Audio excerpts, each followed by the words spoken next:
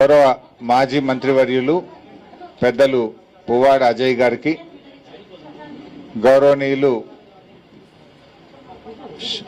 మన పార్లమెంట్ సభ్యులు మిత్రులు వడ్డిరాజు రవిచంద్ర గారికి, గౌరవ శాసన మండలి సభ్యులు మన ఖమ్మం జిల్లా ఇన్ఛార్జిగా ఉన్నటువంటి మిత్రులు రవీందర్ రావు గారికి, మన జిల్లా పార్టీ అధ్యక్షులు శాసన మండలి సభ్యులు గౌరవనీయులు తాతా మధు గారికి, అదేవిధంగా గౌరవనీయులు కమల్ రాజు గారు, ఎర్రోల శ్రీనివాస్ గారు, మరి రాకేష్ రెడ్డి గారు, వీరభద్రం గారు, నాగరాజు గారు, మా చెల్లెలు షకీల్ నా గారికి, ముఖ్యంగా అక్కా చెల్లెళ్ళు ఎవరైతే తమ ఇల్లు కూల్చేశారు, తమ పట్టాలు లాక్కున్నారని మీ బాధ చెప్పుకోవడానికి వచ్చినటువంటి మా సోదర సోదరీమణులకు, మీడియా మిత్రులకు అందరికీ పేరు పేరున నమస్కారం. ముఖ్యంగా మా అజయ్ గారు విషయం చెప్పారు. జనరల్గా ఏ ప్రభుత్వమైనా పేదలకు ఒక గూడు కల్పిస్తుంది. వీళ్ళు ఏం చెప్తారు? ఇందిరమ్మ రాజ్యం, ఇందిరమ్మ రాజ్యం అంటారు. ఇందిరమ్మ రాజ్యం అంటే పేదలకు ఇండ్లు ఇవ్వాలి, పేదలకు ఇండ్ల స్థలాలు ఇవ్వాలి, ఎవరైనా తెలుసో తెలియకో కబ్జాలుంటే పట్టాలు ఇవ్వాలి. కానీ వీళ్ళది చెప్పేదేమో ఇందిరమ్మ రాజ్యం, చేసేదేమో హిట్లర్ రాజ్యం. అసలు ఈ రెవెన్యూ మంత్రి, మీ జిల్లా మంత్రి, జిల్లాలో మనకు ఎవరన్నా ఒక మంత్రి ఉంటే ఏమనుకుంటాం? నాకు ఆసరైతాడు, మావోడే మంత్రి అయిండు, మాకు సాయం చేస్తాడు, మాకు బలంగా ఉంటాడు అనుకుంటాం. కానీ ఇక్కడ ఏమైపోయింది? రక్షించేవాడే భక్షించేవాడుగా మారిపోయింది. కాపాడవలసిన వాడే రక్షకుడే భక్షకుడైపోయిన పరిస్థితి ఏర్పడ్డది. ఈయన కొత్త నిర్వచనం ఇచ్చిండు. చరిత్రలో ఎప్పుడైనా కూడా రెవెన్యూ మంత్రి అంటే ఇండ్లకు స్థలాలు ఇస్తాడు, ఇండ్లు కట్టిస్తాడు, పట్టాలు ఇస్తాడు, జీవో 59 కింద రెగ్యులరైజ్ చేస్తారు. ఇది జనరల్గా రెవెన్యూ మంత్రులు చేసే పని. అదేందో మన ఖమ్మం జిల్లా దురదృష్టమా మరి, మనకు వీళ్ళు మొన్ననేమో వెలుగుమట్ల, ఇప్పుడేమో మళ్ళా కొత్తగా రఘునాథ్ పాలెం షురూ చేసిండ్రు. వెలుగుమట్లలో పేదల ఇండ్లు కూలిస్తే రాష్ట్రం అంతా రచ్చరచ్చై కాంగ్రెస్ పార్టీ పరువు అయింది, చెంపలేసుకునే పరిస్థితి ఏర్పడ్డది. ఇంకా వీళ్ళకి బుద్ధి రాలేదు, ఇంకా సోయి రాలేదు. ఆనాడు బీఆర్ఎస్ ప్రభుత్వం బాజాప్తా మీ పేదలకు సర్వే చేసి ఇండ్ల స్థలాలు ఇచ్చి, పట్టాలు ఇచ్చి, లేఅవుట్ చేసి, ఆడ కరెంటు పోల్లు పెట్టి, నల్లా కనెక్షన్ ఇచ్చి, మీకు ఇంటి నంబర్తో సహా, ప్లాట్ నంబర్తో సహా మీ అందరికీ పట్టాలు ఇచ్చింది. చేతనైతే మీరు ఇండ్లు కట్టించండి, చేతనైతే వాళ్లకు మీరు ఇంటికి సాయం చేసి ఎవరన్నా అసంపూర్తిగా ఉన్న ఇండ్లు పూర్తి చేసే ప్రయత్నం చేయాలి. కానీ ఈ ఇండ్లు లాక్కునే పరిస్థితి ఇది చాలా బాధాకరం. తక్షణమే ఈ ఆలోచన విరమించుకోవాలని చెప్పి బీఆర్ఎస్ పార్టీ పక్షాన్ని డిమాండ్ చేస్తా ఉన్నాం.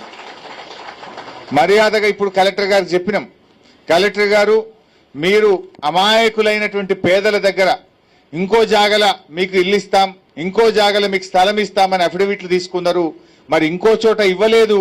ఉన్న బేస్మెంట్లు, ఉన్న ఇండ్లు, ఉన్న గుడిసెలు రాత్రికి రాత్రి జేసీబీలు పెట్టి కూలగొడతా ఉన్నారు. ఇది ఇండ్లు కట్టించే ప్రభుత్వం కాదు, ఇండ్లు కూల్చే ప్రభుత్వం. ఆ రేవంత్ రెడ్డి ఏమో హైదరాబాద్ లో హైడ్రా పెట్టి కూలగొడతాడు, ఈ పొంగులేటేమో ఈడ జేసీబీలు పెట్టి వెలుగుమట్లలో, ఇవాళ రఘునాథపాలెంలో ఈయన కూలగొట్టే కార్యక్రమం చేస్తుంటాడు. జర్నలిస్టులకు కూడా కేసీఆర్ గారు ఇండ్ల స్థలాలు ఇచ్చిండ్రు, దానికి కూడా పోయిండ్రు, ఫెన్సింగ్ పెట్టిండ్రు, ఇది గవర్నమెంట్ ల్యాండ్ అని బోర్డు పెట్టిండ్రు. మా జర్నలిస్టులకు ఏం పాపం చేసిండ్రు? ఆనాడు బాజాప్తా కేబినెట్ లో పెట్టి ఆమోదించి ఖమ్మం జర్నలిస్టులకు కేసీఆర్ గారు ఇచ్చిన మాట ప్రకారంగా ప్రభుత్వ స్థలాన్ని కేటాయిస్తూ జీవో ఇచ్చిండ్రు. లేఅవుట్ కూడా మా అజయ్ గారు ఆ రోజు తయారు చేపించిండ్రు. దాన్ని ఎందుకు ఆపుతా ఉన్నారు? తక్షణమే ఖమ్మం జర్నలిస్టులకు కూడా ఇండ్ల స్థలాలు వెంటనే ఇవ్వాలని చెప్పి కూడా మేము డిమాండ్ చేస్తా ఉన్నాం. లేదంటే జర్నలిస్టులను తీసుకొని పోయి మేమే వాళ్ళకి పొజిషన్ ఇప్పిస్తాం, కబ్జా ఇప్పిస్తాం, ఎన్ని కేసులు పెట్టుకో అని చెప్పి నేను హెచ్చరిస్తా ఉన్నా. ఇప్పుడు హైదరాబాద్ లో ఫ్యూచర్ సిటీలో జర్నలిస్టులకు ఇళ్ల స్థలాలు ఇస్తా అంటున్నావు. హైదరాబాద్ ఫ్యూచర్ సిటీలో జర్నలిస్టులకు ఇళ్ల స్థలాలు ఇవ్వడానికి ఇబ్బంది లేనప్పుడు ఖమ్మంలో కేసీఆర్ గారు ఇచ్చిన జీవోలో జాగలో జర్నలిస్టులకు ఇళ్ల స్థలాలు ఇవ్వడానికి ఏమి అడ్డంకి ఉన్నది అని చెప్పి నేను ఈరోజు రెవెన్యూ మంత్రి గారిని ప్రశ్నిస్తా ఉన్నా. హైదరాబాద్ లో ఫ్యూచర్ సిటీలో ఇవ్వగలిగినప్పుడు అదే చట్టం ప్రకారంగా మన ఖమ్మంలో కూడా ఇవ్వచ్చు కదా అని మేము అడుగుతా ఉన్నాం. ఇలా ఈ పేదలు ఏం చేసిండ్రు? వెలుగుమట్ల సంఘటన తర్వాత కూడా మీ కళ్ళు ఇంకా చల్లవడలేదా? వెలుగుమట్ల పేదల కన్నీళ్లు చూసినాక కూడా మళ్ళీ రఘునాథపాలెంలో అదే చెయ్యాలనుకుంటున్నారా? దయచేసి ఇటువంటి పిచ్చి పిచ్చి ఆలోచనలు విరమించండి. ఇవాళ ఇక్కడ మీరు నేషనల్ హైవే పోతుందంటే కొన్ని ప్లాట్లు పోయినాయి, ఇంటిగ్రేటెడ్ స్కూల్ కడతామంటే కొన్ని ప్లాట్లు పోయినాయి, అన్ని భోంగా కూడా మిగిలినవి ఉన్నాయి కదా, వాళ్ళని ఎందుకు తీసేస్తున్నారు? అంటే పేదలు మీ ఇంటిగ్రేటెడ్ స్కూల్ పక్కనో నేషనల్ హైవే పక్కన జాతీయ రహదారి పక్కన పేదలు ఇల్లు కట్టుకుంటే మీ కళ్ళు ఓర్వయా? పేదలు జాతీయ రహదారి దగ్గర ఉండకూడదా? అంటే ఈ స్థలం విలువైంది, ఇది 30,000 గజం అయింది, ఈ గరీబోళ్ళకి 30,000 గజం ఇచ్చుడు అవసరమా అనుకుంటున్నారా? ఆనాడు కేసీఆర్ గారు ఇచ్చిండ్రు, వాళ్ళ అదృష్టం బాగుంది, హైవే వచ్చింది, ధరలు పెరిగినాయి, వాళ్ళకి మంచిగా కావాలంటే 59 జీవోలో ఆ ప్లాట్లకు వాళ్ళని ఓనర్లు చేయి, హక్కులు కలిగి కానీ ఉన్న ప్లాట్లు గుంజుకుంటామంటే ఇది చాలా దుర్మార్గమైనటువంటి పని. దీన్ని తక్షణమే విరమించుకోవాలని చెప్పి కూడా ఈ రోజు మేము కోరుతా ఉన్నాం.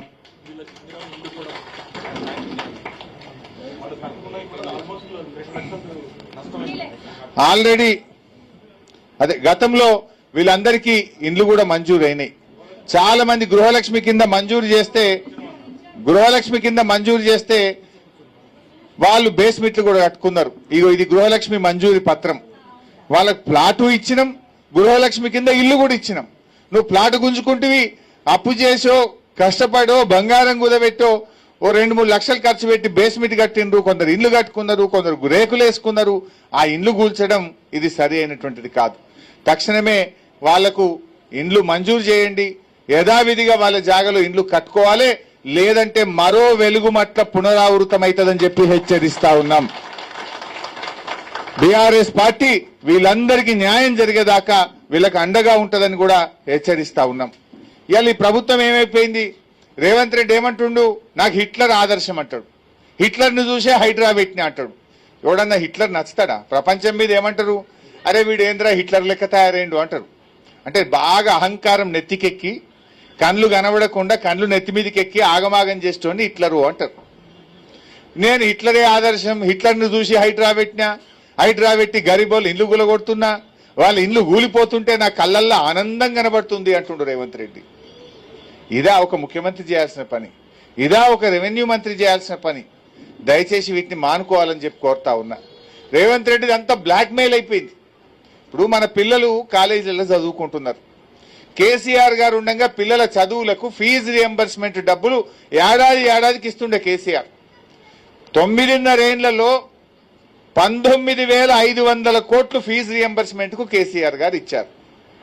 ఇవాళ కాలేజీలకు రేవంత్ రెడ్డి వచ్చినప్పటి నుంచి మన పిల్లలకు ఫీజు రియంబర్స్మెంట్ ఇస్తలేడు. కాలేజీలలో ఏమో పిల్లల సర్టిఫికెట్లు ఆపిండ్రు. సర్టిఫికెట్లు ఆపితే కాలేజీలో ధర్నా చేసిండ్రు. అరే పిల్లలు వచ్చి మమ్మల్ని తిట్టిపోతుండ్రు, నువ్వేమో పైసలు ఇస్తలేవు, మేము జీతాలు ఎట్లా ఇవ్వాలి, కాలేజీలు ఎట్లా నడపాలంటే ఆ కాలేజీలో పిలిచి బ్లాక్మెయిల్ చేసిండ్రు.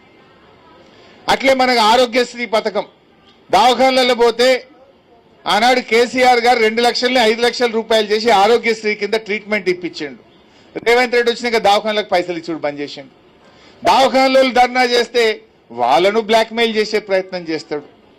అదేవిధంగా ప్రభుత్వ ఉద్యోగులు, రిటైర్డ్ ఉద్యోగులు, మా డిఏలేవి, మా పిఆర్సీఏవి, మా రిటైర్డ్ ఉద్యోగుల పెన్షన్ బకాయిలేవి అంటే ఉద్యోగస్తులను బ్లాక్మెయిల్ చేసే ప్రయత్నం చేస్తుంటాడు. నిన్న స్టేట్ బ్యాంక్ ఆఫ్ ఇండియా మాకెప్పుడు 5 ఎకరాలు పైసలు పెట్టుకున్నాము, మా జాగా మాకు కావాలంటే ఎస్బీఐని కూడా బ్లాక్మెయిల్ చేస్తా ఉన్నాడు. ఎల్ఎన్టీ మెట్రో రైలు కడితే హైదరాబాద్ లో వాడు ఇడిచిపెట్టిపోయేదాకా ఎల్ఎన్టీ మెట్రో రైలును బ్లాక్మెయిల్ చేసిండు. అంటే రేవంత్ రెడ్డి అంతా బ్లాక్మెయిల్ రాజకీయం. ఎవరిని వదిలిపెట్టాడు. జర్నలిస్టులను బ్లాక్మెయిల్ చేస్తాడు, మా సోషల్ మీడియా యాక్టివిస్టులను బ్లాక్మెయిల్ చేస్తాడు. ప్రశ్నించే గొంతులను ఇలా బ్లాక్మెయిల్ చేస్తూ బెదిరించే ప్రయత్నం చేస్తున్నాడు.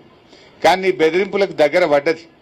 ఇక ఏముంది, ఆల్రెడీ 2 ఏళ్ళు 7 నెలలు అయిపోయింది, నీ కౌంట్ డౌన్ స్టార్ట్ అయింది. ఇంకా మా అంటే 2 ఏళ్ళు 5 నెలలు ఉన్నది నీకు అంతే. లాస్ట్ 5 నెలలు అయితే ఎలక్షన్ అయినా. ఇంకా పేదల ఉసురు పోసుకోకు, ప్రజలు తిరగబడే పరిస్థితులు వస్తాయి, జాగ్రత్త అని చెప్పి హెచ్చరిస్తా ఉన్నా. ఆ పిల్లలకు ఫీజు రియంబర్స్మెంట్ ఇయ్యి, ఆ కాలేజీలను బతికిచ్చు. నీ పుణ్యమాని ఇలా సగం కాలేజీలు మూతపడ్డ పరిస్థితి ఏర్పడ్డది. నీ పుణ్యమాని ప్రభుత్వ దవాఖాన్లు, ప్రైవేట్ దవాఖాన్లలో ఆరోగ్యశ్రీ పథకం ఆగిపోయిన పరిస్థితి ఏర్పడ్డది. ఇలా ఉద్యోగస్తులకు క్యాష్లెస్ ట్రీట్మెంట్ అన్నావు, జీతం కట్ చేసినావు, ఇంతవరకు ఆ ట్రీట్మెంటే స్టార్ట్ కాలే. ఇంతవరకు దవాఖానలోళ్ళు మేము చెయ్యము, నువ్వు ఆరోగ్యశ్రీకే డబ్బులు ఇస్తలేవు, ఈ పథకంలో మేము చేరము అంటున్నారు. కానీ నువ్వు మాత్రం ఉద్యోగస్తుల్లో ఆల్రెడీ 1.5% వాళ్ళ జీతం కట్ చేసినావు. క్యాష్లెస్ పథకం ఇంతవరకు స్టార్ట్ కాలే.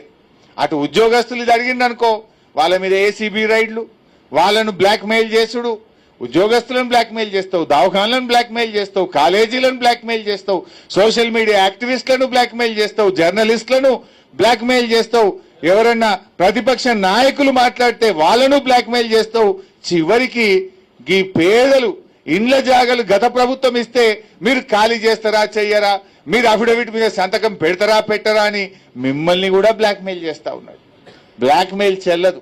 ఎప్పటికైనా ప్రేమ గెలుస్తుంది, నిజాయితీ గెలుస్తుంది, పనితనం గెలుస్తుంది తప్ప ఈ బ్లాక్ మెయిల్ రాజకీయాలు చెల్లవు గాక చెల్లవు. మీరెవ్వరూ భయపడాల్సిన అవసరం లేదు. మీ వెనుక కేసీఆర్ ఉంటారు, మీ వెనుక బీఆర్ఎస్ పార్టీ ఉన్నది. మీ స్థలాలు మీకు దక్కేదాకా, మీకు న్యాయం జరిగేదాకా మా పువ్వాడ అజయ్ కుమార్ నేతృత్వంలో మేము మీకు అండగా ఉంటామని మనవి చేస్తూ ఇప్పుడు నేను కలెక్టర్ గారు